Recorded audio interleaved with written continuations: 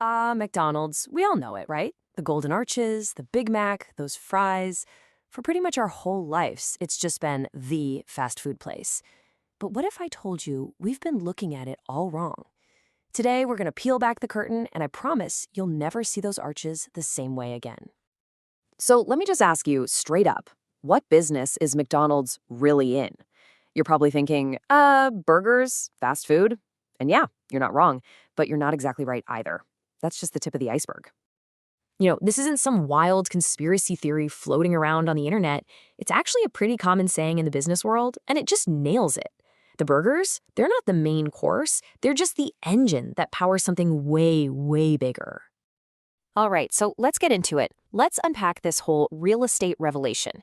This is the idea that completely changed the game for McDonald's, right from the very beginning. This one line. This is it. This is the light bulb moment. It was made famous in the movie The Founder, and it perfectly captures that pivot. Suddenly, it wasn't about slinging burgers. It was about building an empire, one piece of land at a time. Okay, but here's the thing. You'd think this brilliant idea came from the guy whose name is synonymous with McDonald's, Ray Kroc, right? Nope. It came from someone else, the true architect behind the whole financial machine. The guy's name was Harry J. Sonborn. And get this, he was a finance guy over at Tasty Freeze. He came to Ray Kroc, but he wasn't pitching a new milkshake flavor. No, he came with a financial strategy, a model that he knew would make them all insanely rich. Kroc was so impressed, he made Sonborn the company's very first president and CEO. So how exactly does this model work? How did this one idea transform a simple burger joint into a global landlord? Okay, let's break down the genius of it. It's so brilliant because it's so simple. Think of it like a four-step cycle. Step 1, McDonald's corporate identifies and buys up a great piece of property, prime location. Step 2, they turn around and lease that exact property to someone who wants to open a McDonald's, a franchisee. Step 3, that franchisee now pays McDonald's a steady, reliable rent payment every single month plus royalties. And step 4, this is the magic, the burgers and fries are so popular that the franchisee almost always has enough cash flow to make that rent payment. See, the food isn't the business, it's the guarantee for the real estate business. Okay, so when you hear a company that makes money from property and rent, your mind, especially if you're into investing, probably jumps to one thing. And that's where things can get a little confusing, so let's clear this up right now. So, the big question is McDonald's just a big REIT, a real estate investment trust? The short answer, nope, not at all. And the difference is actually a really big deal. It really all boils down to structure and rules. So a REIT has super strict rules. It has to be set up as a trust. And, this is the key, it's legally forced to pay out 90% of its profits back to its shareholders. McDonald's? It's just a regular C Corp. They don't have that rule. They can do whatever they want with their profits, which gives them way more power and flexibility. So even though it's definitely not a REIT, you'll hear people on Wall Street call it a premier real estate play.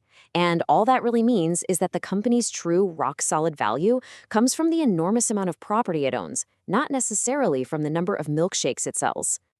So, just how big are we talking here? Well, prepare to have your mind blown, because the numbers behind this empire are absolutely staggering. This isn't just big, it's on a whole other level. Let's just put a number on it. If you look at McDonald's own books, their balance sheet, the value of the land and buildings they own is almost $38 billion. That's B for billion. Just an insane amount of physical, tangible stuff. But wait, it gets crazier. That $38 billion, that's not just a big number. It's basically everything. That one line item, property and equipment, makes up 99% of the company's total assets. Just let that sink in for a second. Almost everything the company owns, everything of value on their books, is land and buildings. Okay, so if we switch from assets to revenue, like where the cash actually comes from, the picture changes a little.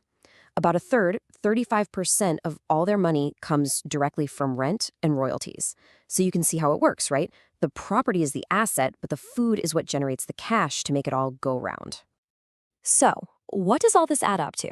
Well, if you made a list of the biggest landowners in the entire world, you'd see names like King Charles, the Catholic Church, and right there with them, McDonald's. I'm not kidding. The company that sells Big Macs is one of the top 10 largest real estate owners on the planet. The scale is just, it's hard to even wrap your head around. So, next time you pull up to that drive-thru, here's a little thought experiment. Are you really just a customer buying a burger? Or are you actually a tenant helping pay the rent to one of the biggest landlords the world has ever seen? Definitely something to chew on.